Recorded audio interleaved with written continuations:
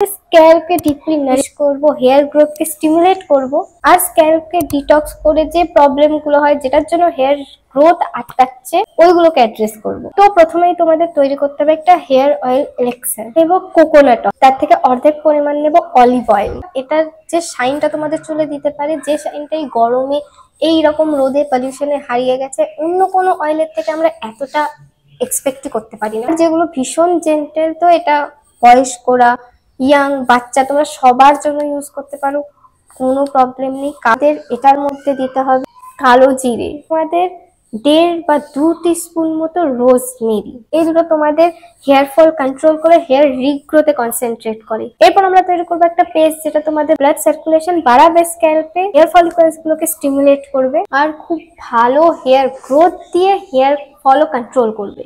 এই hair oil নিয়ে পুরো ডিটেইলড ভিডিও পোস্ট আছে আর নিচে লিংক দিয়ে দিয়েছি, তোমরা গিয়ে দেখে নাও। আর এরকমই hair care, skin care related ভিডিওর জন্য আমাদের চ্যানেলটি সাবস্ক্রাইব করে নাও।